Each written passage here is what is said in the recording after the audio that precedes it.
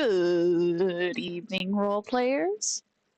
I hope everyone is doing well tonight. Let me make sure that I can hear myself first. I can. Sounds like I'm loud and clear. All right. I see we've got Left-Handed Jedi in the chat.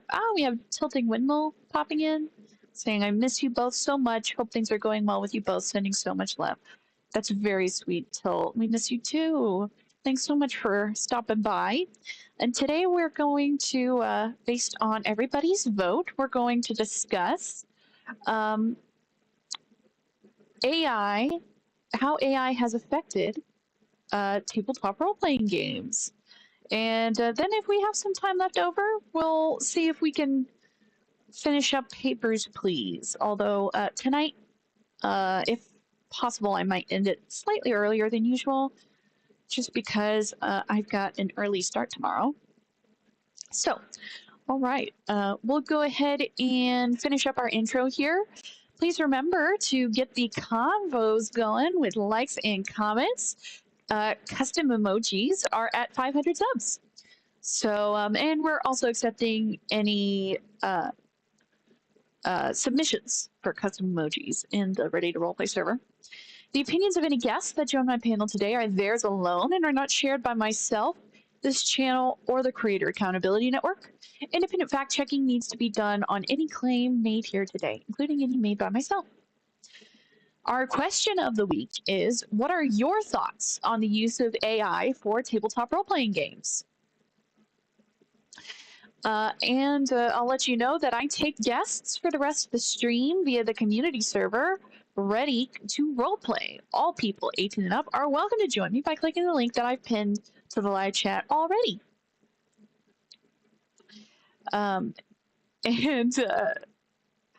Smash that non-goddamned like button. Yes, if you can, it'll let YouTube know that you want the conversation to keep going, and that you want to see more people join us.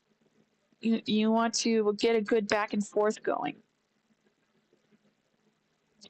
Left-Handed Jedi says, I use AI all the time. Much of it is my own art that I clean up and tweak. Very cool. Very cool. Oh my goodness. Thank you so much, Tilt, for posting that. That's very kind. All right. Well, so I want to keep my intro short. So we're going to go to the poll. And our poll today, I'm trying desperately to get better at breathing well enough that I don't yawn while I'm talking. The next thing we want to do was, what topic do you want to cover next on Gaming Gab?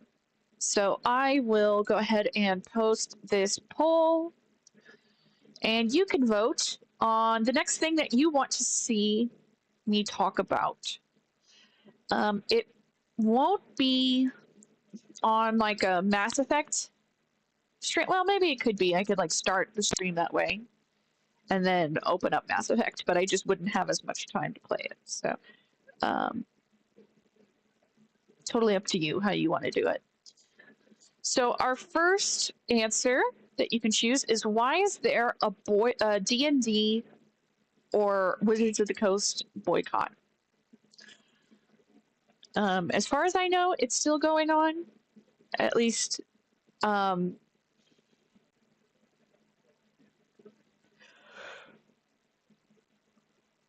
excuse me, some of the people that I play with are still boycotting them.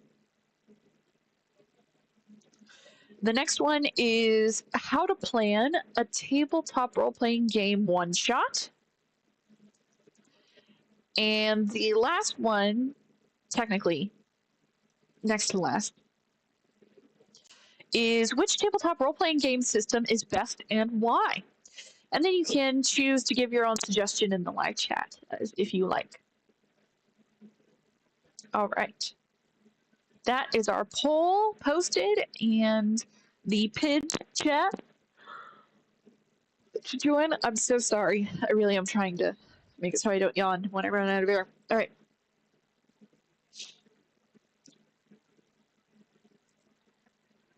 Um, no, Tilt, it's all right. Don't worry about it. um, yeah, like I kind of stopped participating in live chats for different live streams because I don't have the time, and I'm always too tired. So anytime I do have time, usually I only have like I'm only able to put it on in the background and listen. I'm not really able to engage, and when I can, it's long after the stream has ended. Okay, so we're going to go ahead and get started with our topic of the day. And let's see here. So we have our table of contents that I created a quick overview. So, gosh, I have no idea how I'm going to do this without yawning. I promise you, it has nothing to do with like me being tired or not focused or anything. It's purely just I am struggling to get enough oxygen, and I start to yawn when because it's my body forcing me to get more oxygen. So I do apologize. So our contents here, we're starting with our most recent opinions from opponents and proponents of AI for TTRPG. And I do want to clarify that the scope of today's conversation is going to be exclusively where AI intersects with tabletop role-playing games. So, sorry, we will not be getting into like AI in videos or music, things like that. We're solely going to be talking about how AI is being used in role-playing games and what people's reactions are to it, and then I'll give you my conclusion. So we'll start with the reactions, then we'll go over to the pros and cons that I've been able to see, kind of gather from different sources, and I'll share my sources as well. And then we'll also go over my conclusion. So this is going to be like kind of my take so far. And also I want to make sure, so unfortunately, I did try to set things up so that there's less of a glare on my glasses and it doesn't make my character's eyes close all the time. But occasionally there still is a glare if I'm not paying attention. So let me make sure that I can at least monitor that.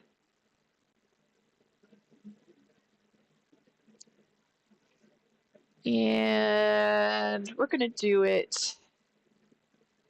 I'm going to do it this way.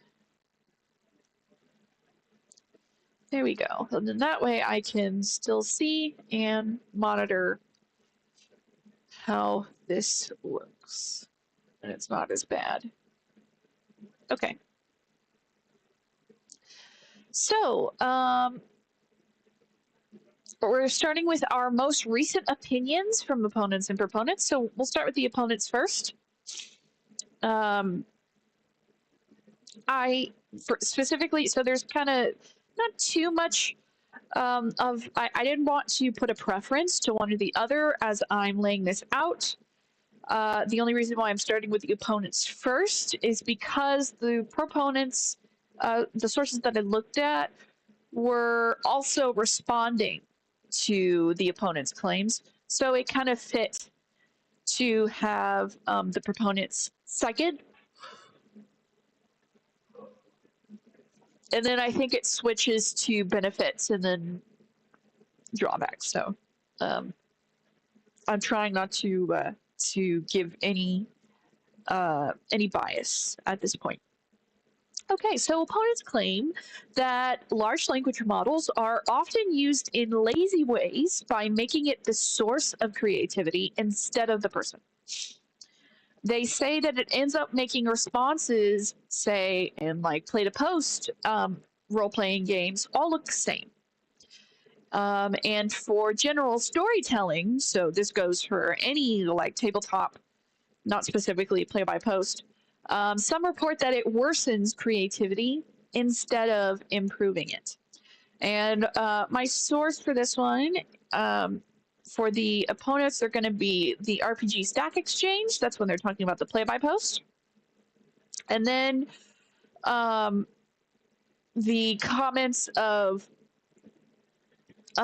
just general tabletop role playing game opposition to AI is in specifically a Reddit thread that seemed to kind of give me a good sample of people's opinions about it so far. So, readers of play-by-post role-playing games report large language models spawning exponential text inflation per post overall. So their estimates include a jump from 2,000 words per week in one player's responses to about 4,000 words in one day. So this is in the case of when you're doing like a forum sort of role play, and they're seeing when they're looking at one person who is using AI to help write their post, that before all of their responses would add up to just 2,000 words per week. And they said that was like, you know, on the high end. And then after they started using AI, that the player responses would inflate to 4,000 words in one day. So all of their responses in one day would go up to 4,000 words, which that does flood forums, and it makes it harder to participate in role play because you're doing you're having to cover a lot more posts, a lot more to response. And we also know that we're kind of used to seeing large language models add a lot of fluff unless you tell it otherwise. And especially if you're telling it to, write something in a particular way where you want to give it descriptions, if you're telling it to be descriptive, it's very likely going to try to make a very long and like fluffy description. The RPG Stack Exchange post says that it diametrically opposes role players, and it creates tension that is ill-suited for a gaming party. And this often leads to game masters having to reassign parties or search for enough people to fill out a party that will work together. So they essentially have been saying that there's this trend of there being people who are staunchly against and then staunchly for, and it makes it so that they don't play nice together, and they have to, essentially scramble groups or like do try to advertise to get people who want this certain play style who will play nicely with others. The other bit for specifically just tabletop role-playing games that we saw in a Reddit thread was that when they want to seek connection to another human's mind, it's harder to find it. When large language model text fills the landscape, or that role players use it to write backstory and world building prior to a live session. So this is both regarding people who do forum posting and also people who use AI to help write for a tabletop session. And what they're saying is that they are specifically wanting to connect with that person's mind and to see what their creativity is like. And they feel like they're not getting a chance to connect with that person because they're using AI to write it for them. And after I finish this list, I will show you the two sources I've been using for this particular point. They also say that they don't want to pay creators for products generated by AI. Likewise, people using AI for free or lower costs don't want to pay creators for products in general. So that's with or without AI. The creators are whatever their products are making, whether it's without AI or with AI. They're saying that people using AI for free or lower costs would rather keep using AI than pay any creators for their products if they don't have AI. And this one is a separate point that I will be getting into later in the drawbacks. So we'll just keep it brief for now, that large language models and AI in general have ethical problems. Until there's an ethical standard in place, finding an LLM that's addressed these ethical concerns, especially all of them, is like searching for a needle in a haystack. It's very difficult to find, and often you have to pay for it. So we'll get into that particular point later, and I will show you the source that I'm using that discusses it.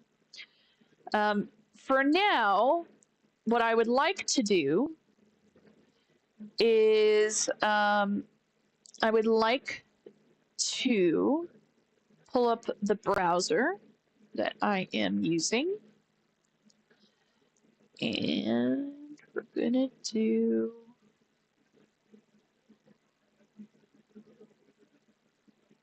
that one real quick.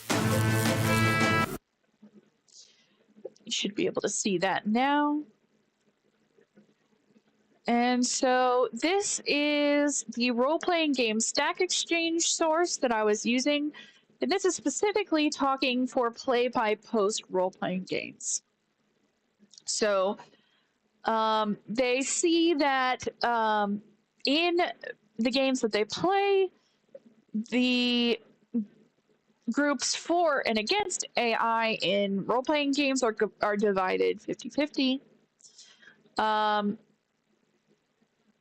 They are saying that they get tired of reading posts that all look the same, that were clearly written by a machine, when they're compared with other written posts by the same players before AI was common. And they're saying that other mods have shared the same concern. Then they talk about the volume of text rising here. That's where they say they've seen players, writing exponentially more with AI to help. They say this makes the task of reviewing the adventures almost impossible given the number of players we have on the game. On top of that, players that don't use AI progress a lot slower, making the power difference between characters that were created around the same period to be huge. And so that essentially has led to some friends telling them that they're losing the will to play, or they'll start to avoid players that blatantly use AI. And that's when the GM would have to scramble teams during whatever play-by-post event. So this is specifically for play-by-post. And that's when I wanted to get a source talking about tabletop in general. And this was somebody who wanted essentially what I was looking for, which is how is it affecting it for the better and for the worse? And most of the responses were negative. They're saying things like, I've never seen someone actually improve their writing with AI, unless it's a person who doesn't like to write at all. And essentially, I would say that it looks like they're mostly complaining about people who are using AI to essentially replace their writing. And that it essentially it lowers the quality of the roleplay altogether. Here we get some more things. Let's see. We on the worst side of the ledger, it will continue to generally act as an attribution-free plagiarism generator, taking the works of others and regurgitating it to try to make a profit for somebody else. And so they feel like it's flooding the uh, role playing community with low effort content and creating a lot of spammed AI. And this is also where they say, like, even if it gets better, if the AI gets better at writing, they're saying that's not what they want. They want games that were crafted by other humans, and they want the connection and communication there from one mind to another. They built something that has meaning to them, and now it can have meaning for me. And they're saying essentially AI has no soul.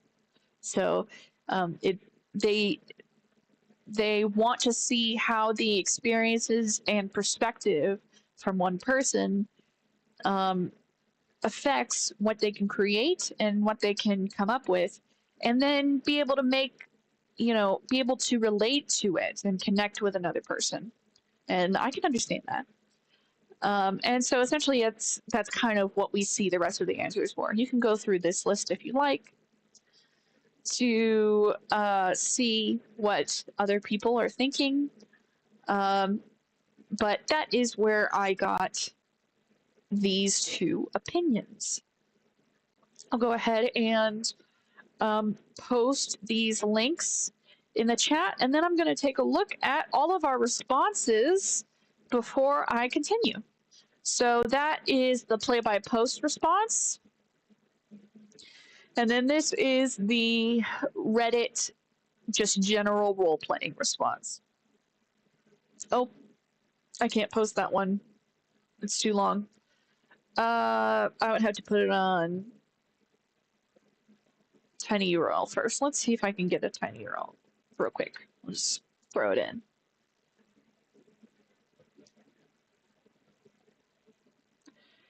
AI. Hopefully that won't already be taken. Come on. All right, whatever. Just give me a short link, please, so I can post it. Are you really gonna? There we go. Okay. Here is the general, like, how people are feeling with it in role-playing games and tabletop. There you go. Okay, here we go. I'm going to take a look at the side chat real quick. I see Randall has joined us. Good to see you.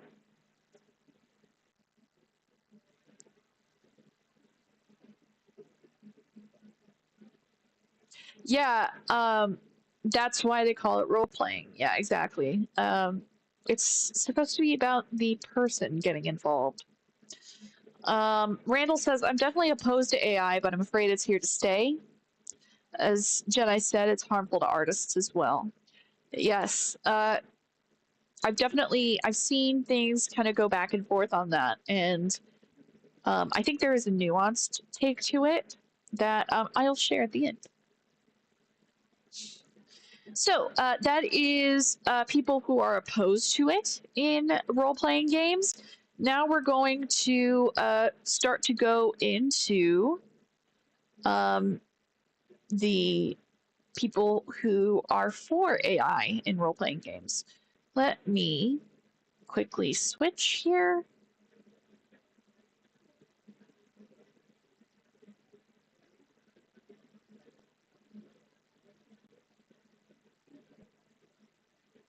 Sorry about that. It's looking weird. There we go. All right, that should be cleaner. Okay. So that was opponents. Now we're going to go to proponents. So the first point that's kind of responding to the opponents, there are large language model developers that address some of the ethical concerns, but they require monetary support to be used in order to pay for art licensing, increase cybersecurity, and so on. So if you want to use a free language model or AI, then you're probably not going to get as many of those ethical concerns addressed. Proponents also say that using images to train AI doesn't mean the images are copied and stored. Just like humans, they learn patterns by looking at others' art. Some courts have agreed that training is legal and transformative.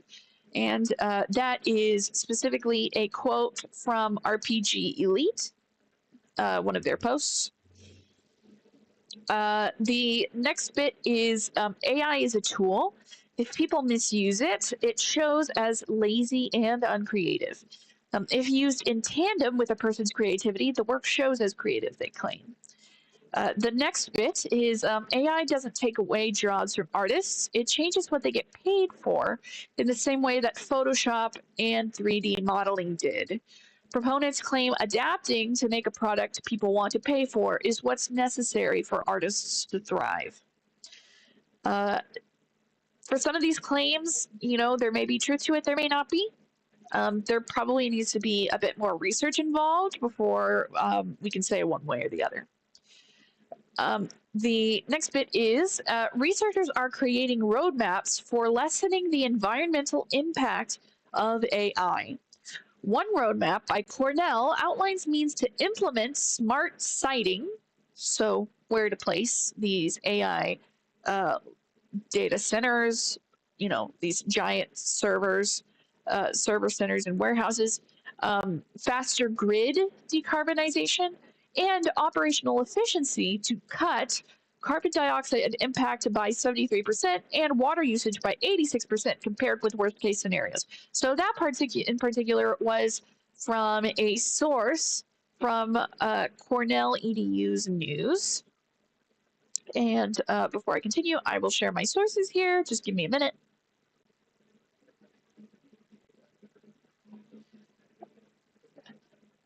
I couldn't pull this all up in a bunch of tabs because my computer started acting up and I didn't want it to crash the stream. So I'm doing it one at a time right now. So that is RPG Elite. I gotta be honest, I could take or leave this post. Like, they occasionally make some good points, but on others, I don't know about it. So, especially with anything where these are people's opinions, take everything with a grain of salt. I am not particularly agreeing or disagreeing with them at this time, and I'll give my full response later after I've done told you all the research I went through. So I did want to make sure that we did a bit of fact checking. So that's why I went to Cornell to see how they address the environmental impact of the AI data center boom.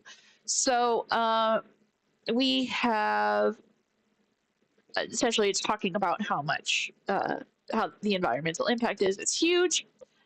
And then they talk about on the upside, the study also outlines an actionable roadmap, and this post is going. This news article is going over.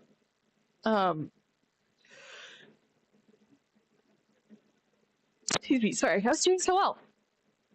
This news article is going over a study that was done at Cornell, looking into the environmental impact of AI data centers and potential ways to improve that impact. So on the upside, it says, the study also outlines an actionable roadmap that would use smart siting, faster grid decarbonization, and operational efficiency to cut these impacts and to compare to worst case scenarios. So that's what I was citing there. RPG Elite goes into how they address the claims, like debunking the biggest anti-AI arguments. They kind of repeat themselves, but the biggest ones are from AI steals art, AI is lazy, and AI takes away artists' creators' jobs. 5.4 just repeats 5.2. Like I said, not the best. author for this one, but it's a proponent's opinion that specializes in creating and hosting assets for role-playing games. So I figured it was at least a reasonable source. So this is where they go into debunking, or at least debunking is like not really, because it's not like they're debunking what people say. They're making a they're making arguments to address the anti-AI arguments.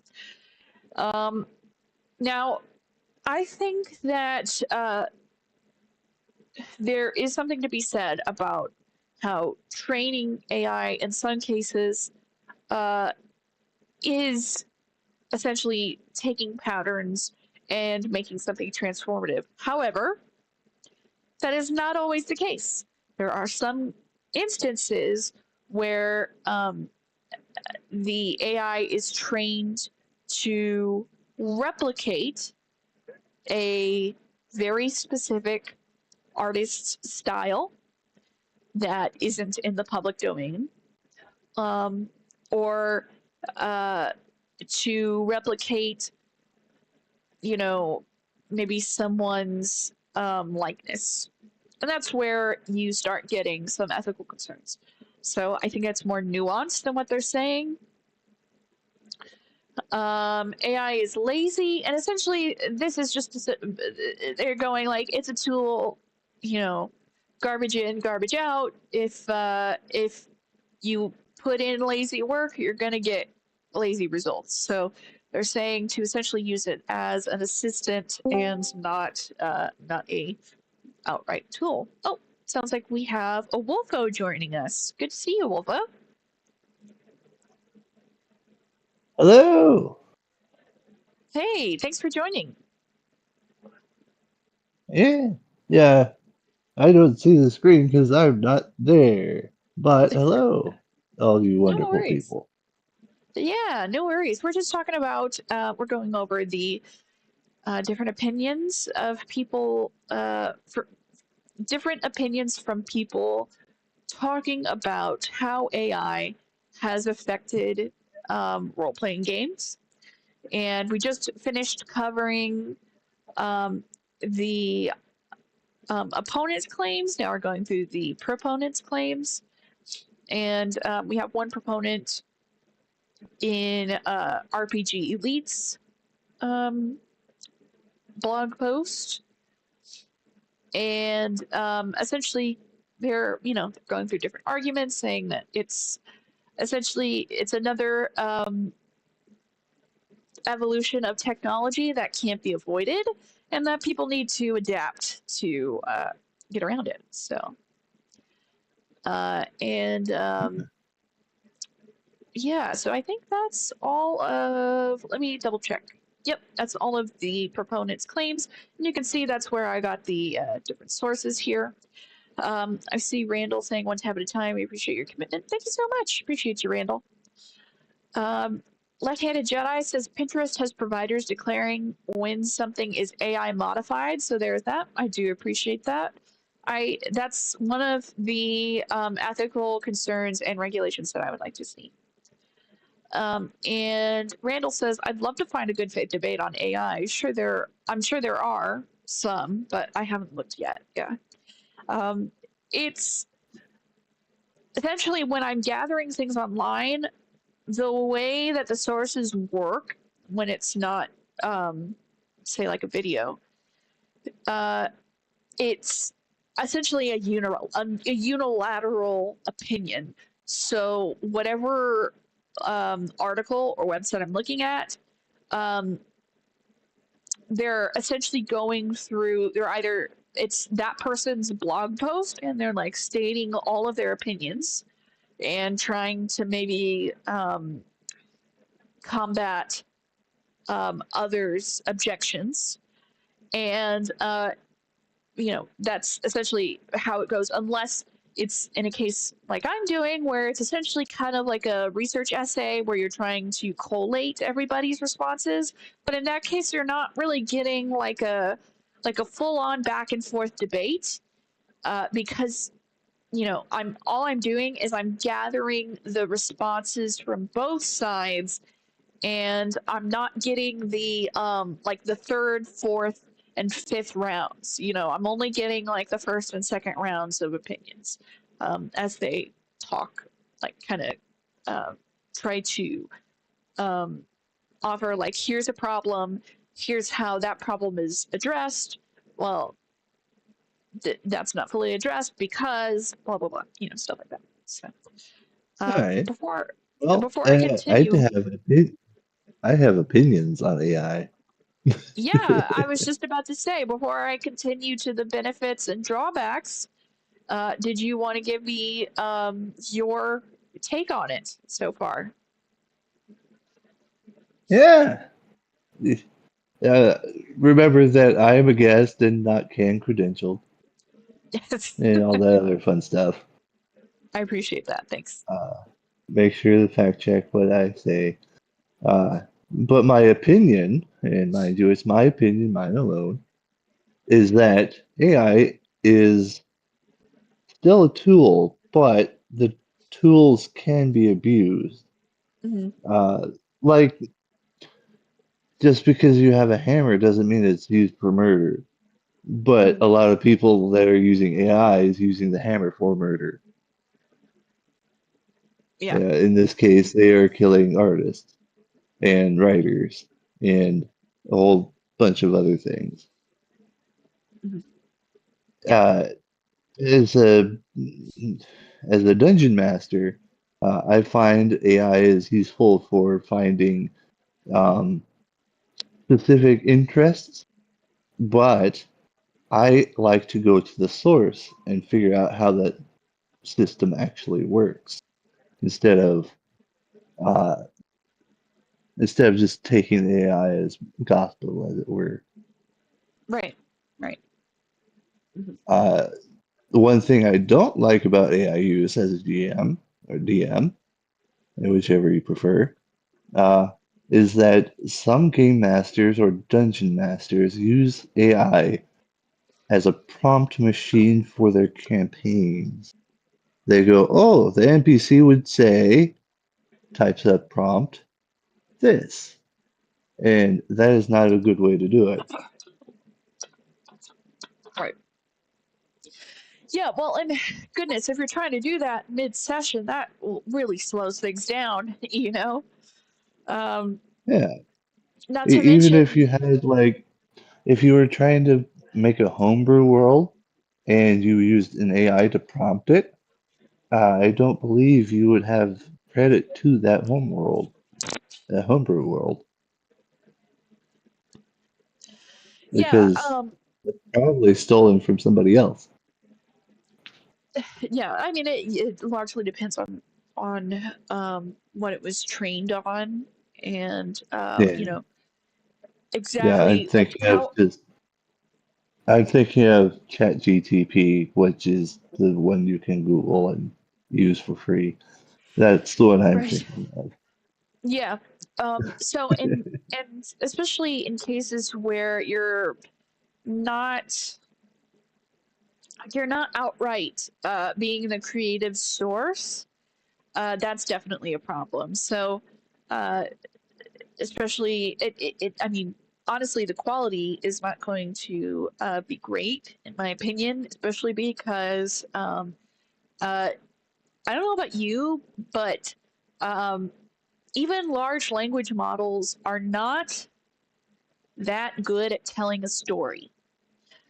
uh, Yeah, they're kind of I haven't interacted with a lot of them. Uh, the one time I did use it on purpose was, well, that is not entirely true. I've used it a few times. One of them was to prove that AI hallucinates. The other times I was looking for a Yu-Gi-Oh deck and I was like, man, this resolution is awful. And so I had AI use the deck, the search function on it. And that was useful, but it still got things wrong, and I still had to fix it up. Right. Right. Yeah, I get that. Let me see. Uh, I see Left-Handed Jedi says, yeah, a lot of providers use actors' likeness without hesitation. Yeah, that is a big ethical concern. And that is something that, like I said, is we won't be able to get too far into that one because using like someone's likeness without their permission is something you're probably going to see more in AI videos. And since we're talking specifically about AI in role playing games, we're probably not going to be addressing videos that much. I can imagine that, people might generate and use um, AI generated music for like a role playing campaign or something. But honestly, I kind of I don't know, like why? If especially if it's a private campaign, like Yeah. just No, and as there's so much like I haven't. good. Yeah, go ahead. There, oh, sorry. Let me just finish this real quick. There's so much good public domain, like licensed, copyright free music out there that you can use if you want to stream a uh, a tabletop role playing game. Go ahead, Wolfo. Sorry. I completely lost my train of thought. But anyway, you go ahead. All right. Yeah. Oh, Sorry about right, that. right. I remember now. There is some use with AI for role playing is to generate images of tokens, so that way you can have a token of, let's say, a dragon, and hi Vic, how you doing? Yeah. Well, actually, we'll be And going into that. Believe it or not, we'll be going into the benefits and the drawbacks are that AI can be used for in role playing games. all right. Oh, Left-Handed Jedi says that Wolfo is a little loud. Let me see if I can bring you down. Sorry. Oh, I'm so sorry. No, it's not your fault. It's mine. I was adjusting audio levels and I tried to put things about the same. Let's see here. Here, I'll bring that down. And I'll also, oh, and yeah, I had to turn you up for a game, it looks like. So I also bumped up your volume for another game. All right, hopefully that'll be better, Jedi. I apologize for the imbalanced volume levels there. I wouldn't blame you, Vic. It's just when my grandfather was mostly deaf, I would have to use a loud voice. That's about it. No, you're fine. Yeah, I think it was just on my end. I had you turned up quite a bit. All right. So Randall says, I certainly try to be that way, but I keep in mind I'm susceptible to taking things on the surface. And Randall said, I guess I could get behind AI if proper guardrails are in place. And Left-Handed Jedi says, I trained myself to take a step back and Google. That's very important with AI. In fact, I was just trying to look at ways to remove the AI overview when I first use it, and I'll go into uh, exactly why I want to do that when I go into my nuance bit. But unfortunately, they removed the built-in way for you to like opt out of the AI overview being the first thing that pops up, and the other options were to either click on the web tab, but that's after the AI overview has already been brought up when you Google it. There's You can download extensions to block it, which that can end up slowing down a browser depending on what you got. Um, at the bottom of chat, it says, "Don't trust it." I'm sorry, Jedi. I don't understand what you're talking about. The bottom of chat it says ... Don't trust it. And I can't tell what it's talking about. Oh, but before we keep going and we go into the benefits and drawbacks, we have hit the 8:20 mark. So let's do a quick intermission. If you're just joining me, we've been covering AI, people's opinions. We just finished up the opinions, and my guest Wolfo has also given me his opinion. We're about to go into the benefits and drawbacks, and then we'll finish up my conclusion and my personal take on AI in role-playing games. If you can, please remember to answer our question of the week in the comments, which is, what are your thoughts on the use of AI for tabletop role-playing games, or just role-playing games in general, but not specifically tabletop? And if we manage to get into Papers, Please, today's game was requested by one of my patrons who's actually here with us in chat. You can make your own game and topic requests for future streams by joining my $1 per month tier on Patreon, or give a one-time donation via the Venmo or Cash App info in the description under Find Me Here. It's not your budget. Just watching and engaging is huge. I appreciate you. Before I check our poll, just want to give everyone a heads up. Today is the last call for anyone who wants to sign up for the D&D one-shot that I'm DMing, set in the Sword Coast with 5e 2014. You can check it out in the Looking for Group channel of my Ready to Roleplay server, which is posted on screen and also in the description, and now I'm putting it in the side chat. Oh, Left-Handed Jedi says, for chat GPT, if you ask it something, it gives a disclaimer. Oh, it says, yes, always, double check sources. Right. And then we're going to do a quick check on our poll here, and which is, what topic do you want to cover next on Gaming Gap? We have 2/3 of people asking me to cover, why is there a D&D / Wizards of the Coast boycott?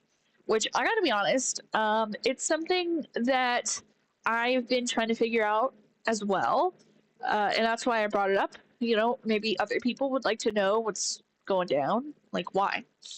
And also, the second one is how to plan a tabletop role-playing game one-shot. So, our next topic that we'll cover is, why is there a D&D Wizards of the Coast boycott? Though I will keep it up just in case something happens. Maybe we'll get a tie or something if there are more people. We'll see. Next, we will be going into the benefits of AI in tabletop role-playing game. Is there anything that you wanted to say, Wolfo, before we continue? Yeah. I would say that generating tokens for mobs and other various things would be okay in my eyes. However, if you want an NPC that's special or a player character, you should probably keep that to not AI. Yeah, I can see that. All right. Well, hopefully I can try and make it so I can breathe and I'm not yawning. Sorry, my nose is already starting to block up. All right. So the benefits. So most people are saying, and here are my sources for this are myarchivist.ai, and then also that same blog, like RPG blogger from earlier, which is RPG Elite. And the benefits that they're saying are, it's a great game master assistant without replacing the game master. Proponents advocate its use as a tool, but never the storyteller. Specifically, in Archivist AI's blog post, Bringing AI to the Table, a TTRPG guide, It says that the goal is to organize and assist, not replace the creativity. RPG Elite, in their blog post Case for AI in Tabletop RPGs, says it helps retain the quality of their creative work while reducing their large workload. So, they're specifically saying it helps log, prompt, and generate materials for world building. Examples include, specifically for logging, we have transcript recaps of your sessions if you record the audio.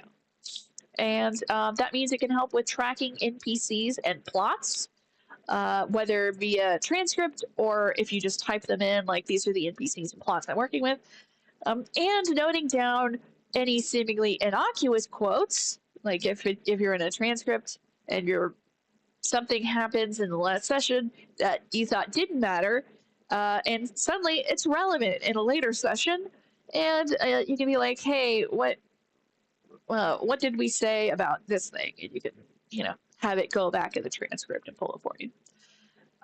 It also can help you keep a warehouse of characters and locations consistent in a large language model when you're a solo creator. The next bit is for creative prompts.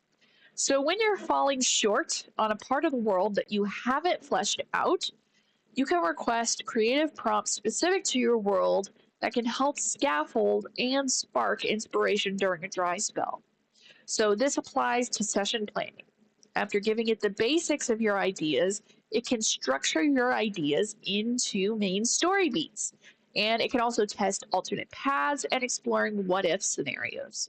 So in this case specifically, it's not talking about specifically like my Archivist AI. It's not saying you're asking the AI to write it for you. You're asking the AI to give you a prompt that jogs your creative spark. So you're trying to think, how do I want to flesh out this part of my world? What do I want to do for, their language or their culture? Or how do I want their buildings to look? You can have the AI start asking you questions that you wouldn't otherwise think of, like, what's the environment like? What questions like, what do the people look like? How do they live there? Things that are generalized, that are meant to help you think, but not relying on the AI to do the creativity for you. And that is especially important whenever we're specifically talking about prompts. We do not want it to start doing all of the creativity for you. That's when it starts getting bland, and then it's not very good at storytelling. And I mean, the whole point of roleplay and being like a game master is to let your creativity like run wild. So if you're doing these things and you're like not putting your own creativity in it, it's like you're kind of defeating the purpose. Like, what's the point? Why are you doing this? Do something that you enjoy.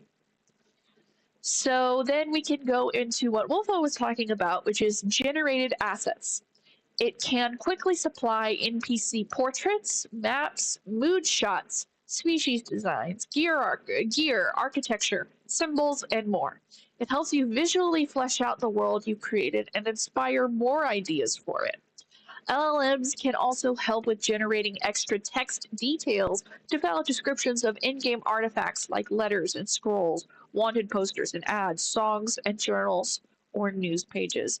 So these are essentially trying to help fill out the world for things that would normally be something that you can't really put too much time into, or that you'd have to copy and paste from another source anyway. This is essentially what that would be used for. So you would not want to use it for anything, any descriptions that are important to the, like, say you're describing the way that a room works. You want to make sure that that is either from another person who is used to like describing different rooms in a dungeon, or that you write it yourself and you've been able to do the descriptions there. And for new game masters like myself, like I've been looking at a lot of references to see what would look good for descriptions of rooms. What helps the players be able to visualize, and what's necessary. How do we help immerse them without being it like adding too much fluff? Trying to keep it concise, practical, but immersive. So those are something that we can actually get into with that, how to plan a TTRPG one-shot topic. So the sources that I used were, again, RPG Elite, and then this My Archivist AI, which seems to be promoting their like dungeon master assistant sort of thing. So let's pull that up in just a moment. I've got to swap things over here.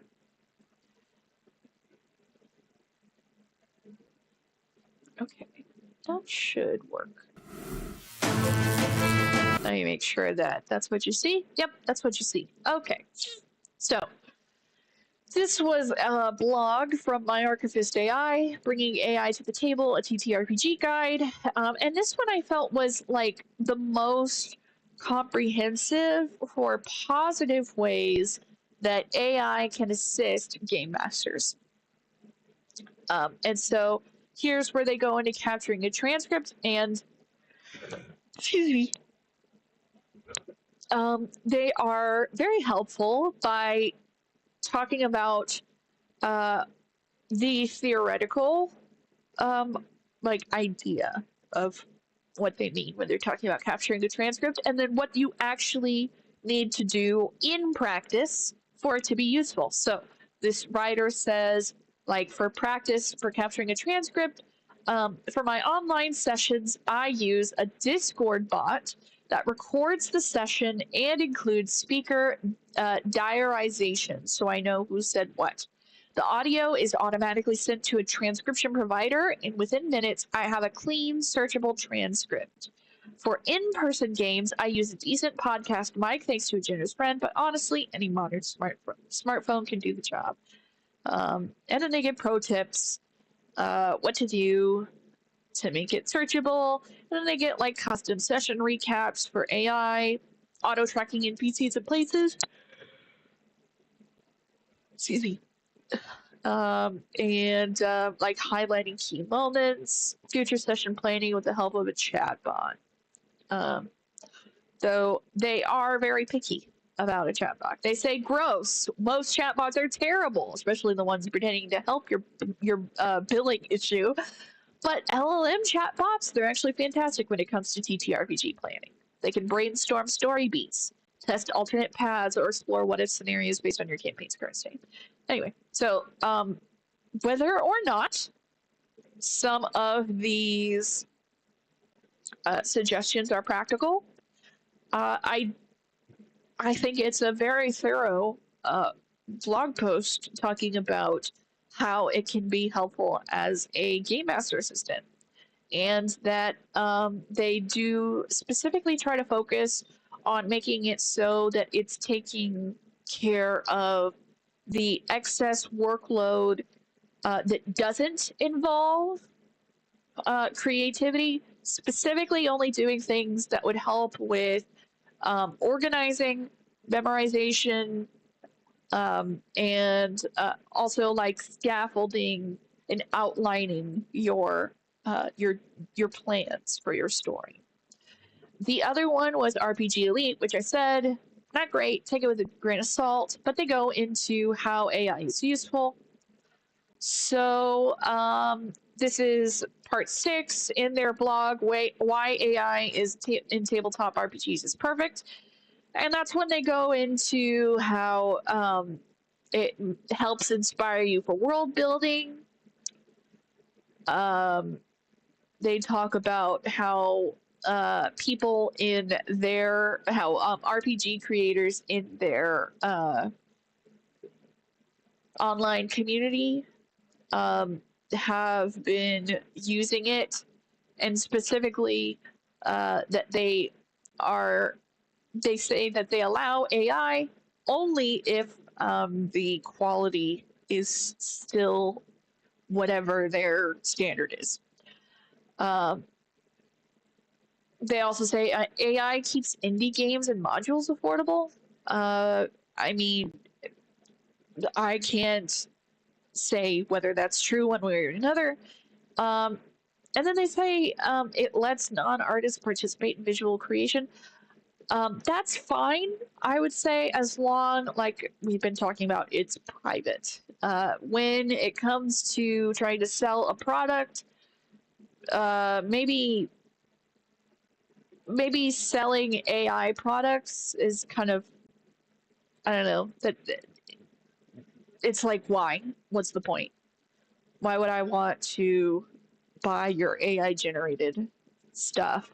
I could see wanting to like either hire someone who's gotten good at um, coming up with prompts that give you exactly what you want for any AI generation, or you know, maybe learning some sort of video on how to write those prompts yourself. But you know, it's a take it or leave it sort of thing for me.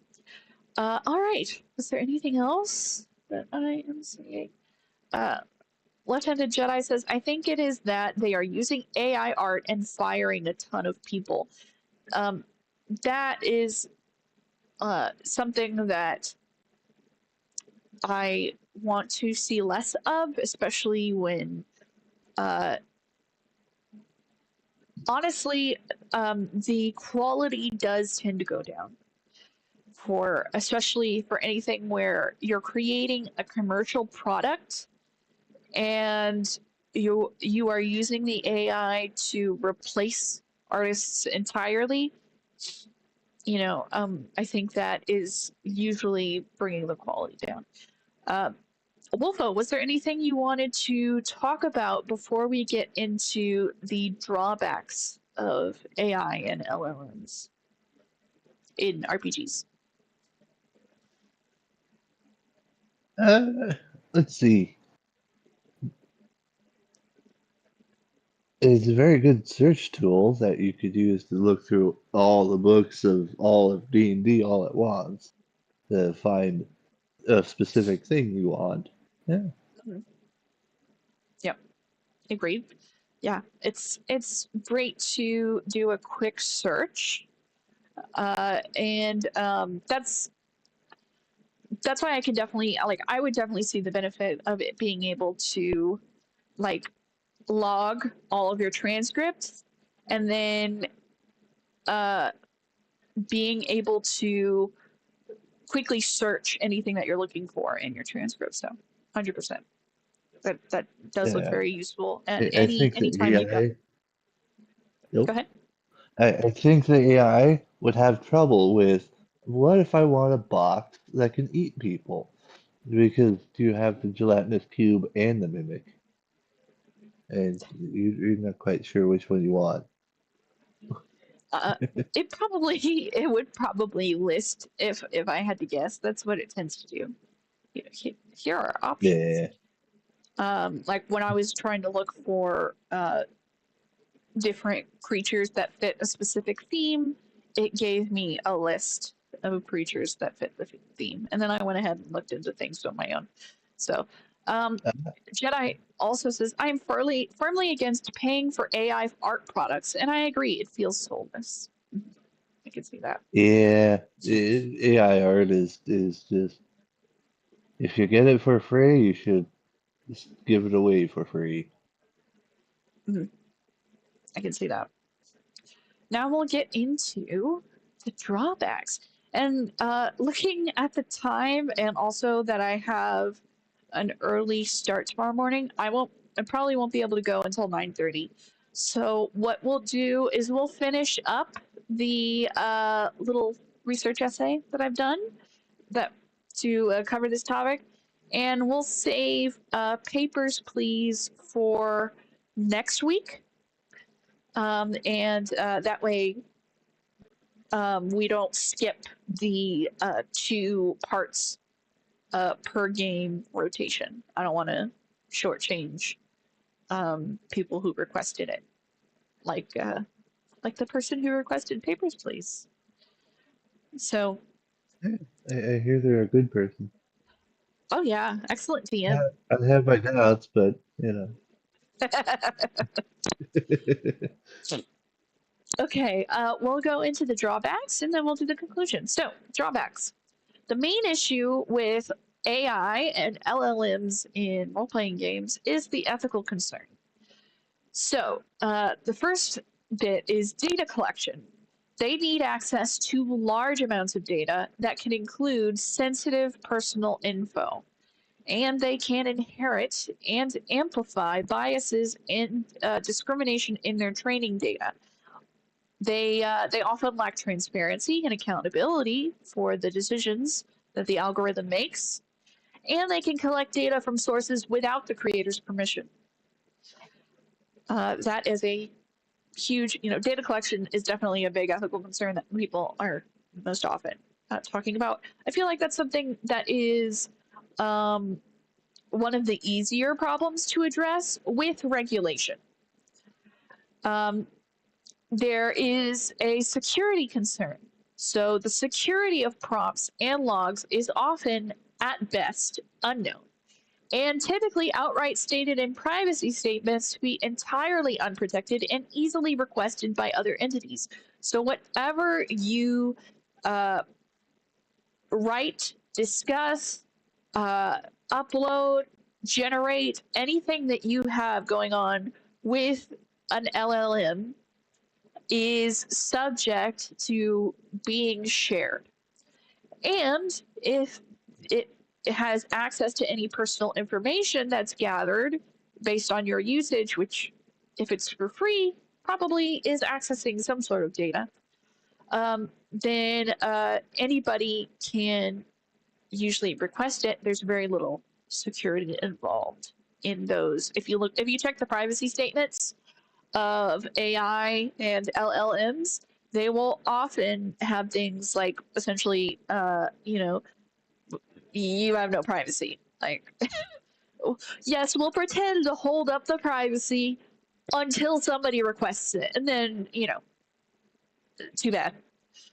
The next bit is regulation. So here's another problem that I think would solve most of the issues, and that is that there's currently very little, if any, regulation on AI and large language models and the distribution of their material.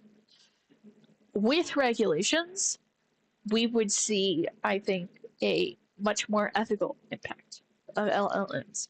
Right now, we are in the Wild West of this technology, just like we were in the Wild West for huge impacting technology like the internet and computers and anything where technology has created a huge leap forward, but it's so new that there are no regulations on it, and people aren't necessarily foreseeing what needs to be done to keep it ethical. So I think with regulation of AI and large language models, that it could be a valuable tool that wouldn't be like such a horrible thing to continue to use in the future. But it requires regulation, and right now we really don't have it. The next bit is environmental regulation would also be about this.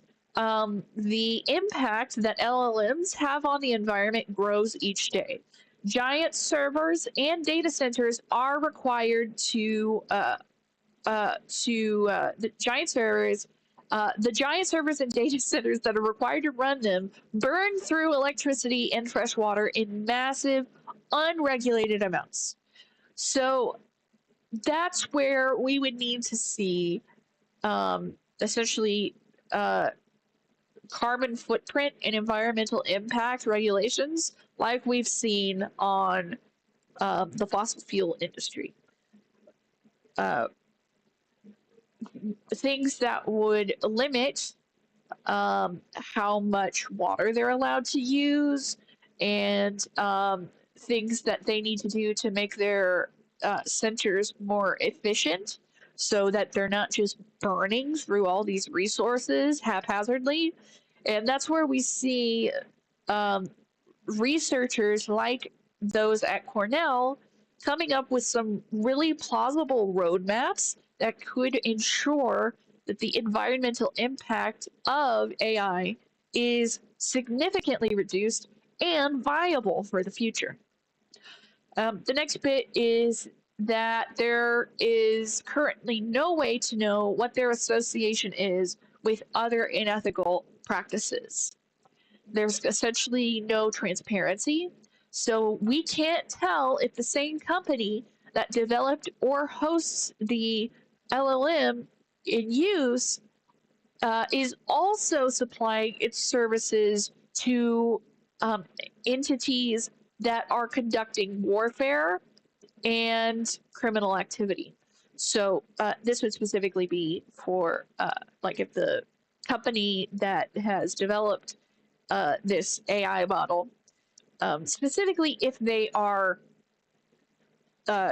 like knowingly consenting to a partnership with organizations that are conducting warfare or criminal activity. So that is specifically what I'm talking about.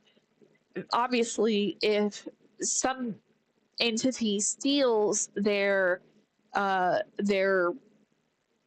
model or their technology and uses it in ways that they did not consent to, that's totally different. And that happens all the time for, especially like in the cyber warfare space. Usually things are stolen and used against them, or sometimes they're sold, which is unfortunate. But you know, that's an entirely different topic. But my source for all of these ethical concerns comes from the let's see, annenberg.usc.edu. Let me make sure. And the funny thing is that they, in order to kind of prove the point of the ethical concerns of AI, asked an AI LLM, what are the ethical concerns of AI? And then posted that list and then said, great essay, right? Well, it's all AI, things like that. And then they said, like, what should we be concerned about regarding AI posting things? So essentially what I did was I only took from this list what is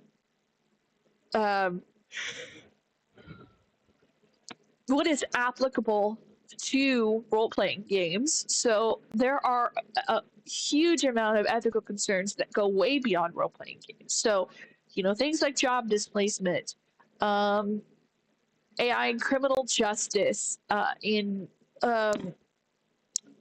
healthcare, bias in content recommendations. So there's definitely a lot more. And then it's like talking about how addressing these ethical issues requires a multidisciplinary approach involving technologists, ethicists, policymakers, and society at large, and all that stuff. And the interesting part is when the author of this article says, pretty well written essay, right? Well, in the interest of full disclosure, I didn't write one word of it. ChatGPT did. This raises several ethical and legal questions. Is this considered plagiarism? Do I or my firm own the content? Did I infringe on the copyright of pre-existing written work?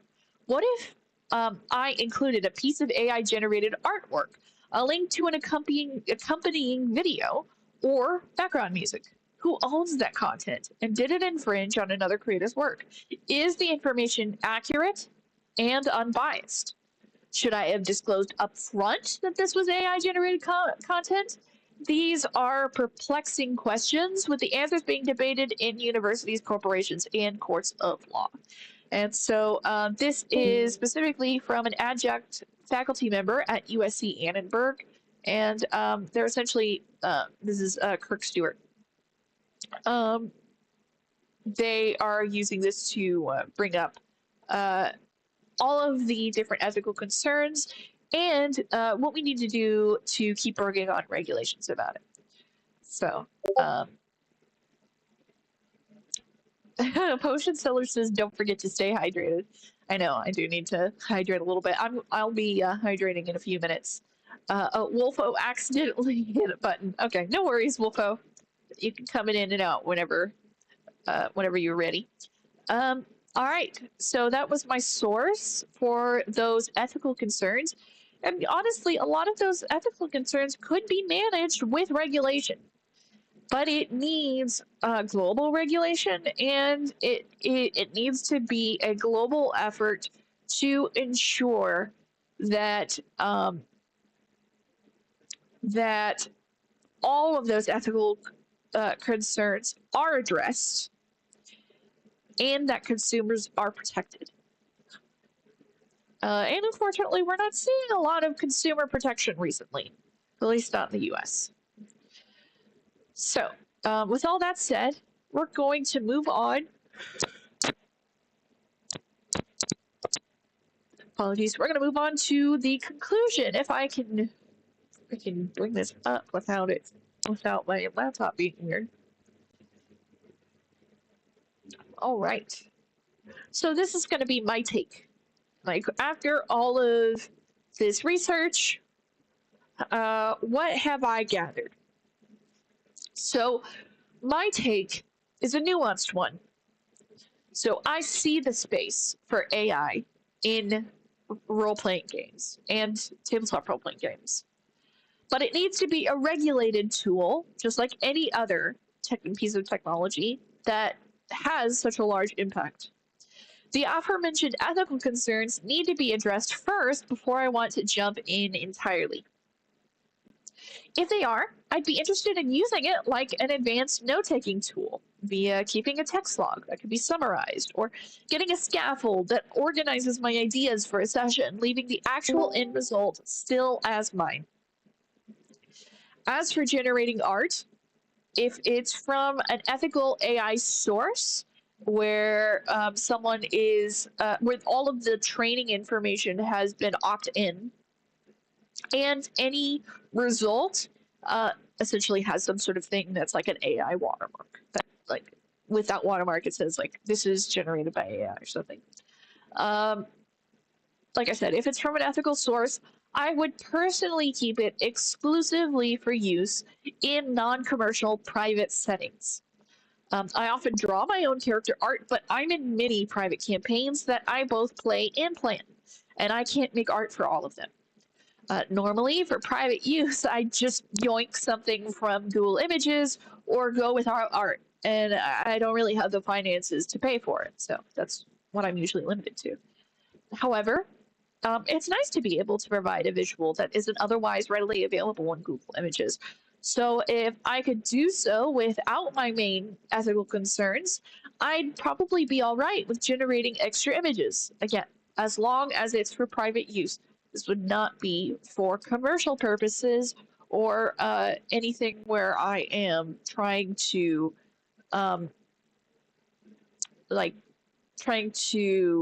be particularly like public with something. So if I were, say, live streaming a campaign, the assets that I use for that campaign, I would likely not want it to be AI generated, especially because people could end up supporting me based on how that campaign looks. And if they're supporting me because they like the way that the AI looks, I wouldn't feel too ethical about that. So, unless the AI training model is opt-in, regulated, transparent, and the AI company's free of any consenting association with war and criminal activity, I will be very selective and rare about my use of AI. And I'll never use it as more than a digital assistant to do what I already do solo. So that brings me to my final questions for you. What do you think? Do you agree or disagree with my take, and why?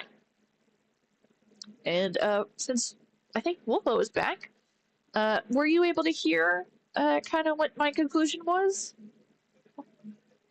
Most of it.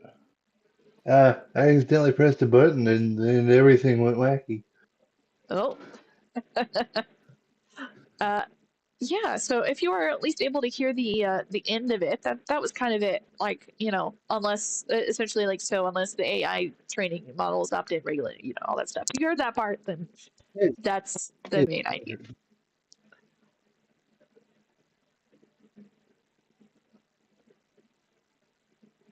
Oh, are you there?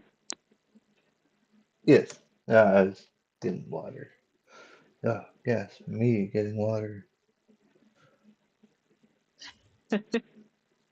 Well, while you're getting water, um, we have Al saying salutations. Good to see you, Al. I wish I had more time for art. I'm planning on making my stuff again without any AI involved, but it's a helpful tool for some shit. And Al says I don't have a soul. I mean, yeah, I don't have a soul either, but I guess in this case we're talking about the figurative soul. Oh, I forgot to put back. I'm so sorry. I was talking about all that without um, putting. I guess it was my conclusion, so it's not like there was a source or anything, but just in case you wanted to see it, I will. I'll have our thing go back up so you can see it. There you go. Now you should be able to see it. All right. Sorry about that. Anyway, yes, that is my conclusion at the bottom there. But there are no sources, so and it's not as like nicely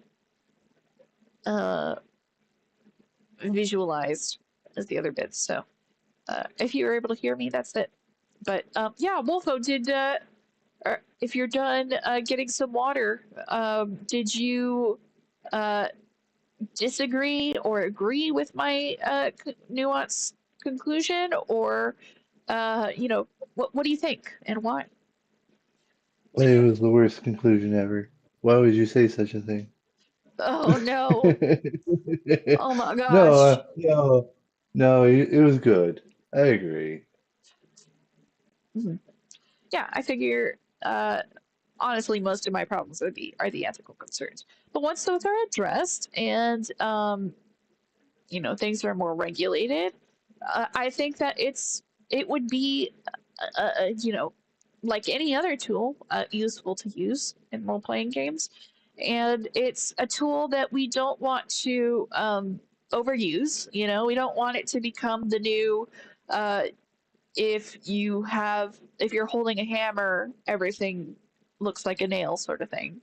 So Yeah. we want to make sure that people aren't just uh, saying write me a character backstory and then letting the LLM do everything for you. I guess Al, technically, yes, yes. My character she's a redhead, um, and so in this particular instance, yes, I don't have a soul. But I also don't have a soul, uh, just in general, because um, I'm a heathen. But yeah, so was there anything you wanted to end with before we close up, Wolfo? Yeah, I can't think of anything other than go to iwaysomuchtime.com. Of course, right. Okay. Well, that is it for our discussion. Um, right out. That's what I mean when I'm saying I'm a heathen. I don't see any evidence for us, but that's a different topic that maybe we can get into on Quest to Assess, which is this Saturday at 2 p.m. Central. But we're going to go ahead and call it before 9:30 today because I have an early start tomorrow morning, and so I can't stick around and play games today. Unfortunately, I knew that the AI essay was going to take a while, but I wasn't sure how long I could go. But I hope that this was at least an interesting game and gab. Less gaming, more gab, but there was gabbing about games, so it is technically, game and gab, gabbing games. More likely. But let's go ahead and unpin that message. I'm going to go ahead and end the poll once the dialogue goes away. There we go. We're going to end the poll. Okay, we have our winner. Our next topic that we're going to cover is why is there a Wizards of the Coast boycott? So that's the next thing we're going to do. Gabagoo. Oh, goodness. I recently looked that up and it was like some sort of like joke about a type of meat. It was like so niche. I didn't even expect it. Let's go ahead and I'm gonna go ahead and close this part up. So we'll just do a quick cut. I'll take that away. And we'll go ahead and talk about, we're going to wrap this up.